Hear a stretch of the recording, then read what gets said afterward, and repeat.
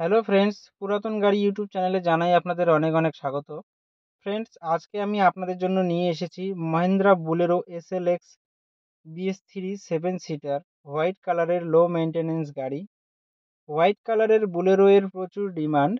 Siliguri RTO registration 2015 সালের গাড়ি।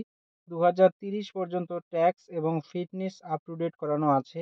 একদম ফ্রেশ কন্ডিশনের গাড়ি, পুরো অরিজিনাল পেইন্টের গাড়ি। গাড়িতে কোথাও কোনো স্ক্র্যাচ নেই এবং অ্যাক্সিডেন্টের কোনো রেকর্ড নেই।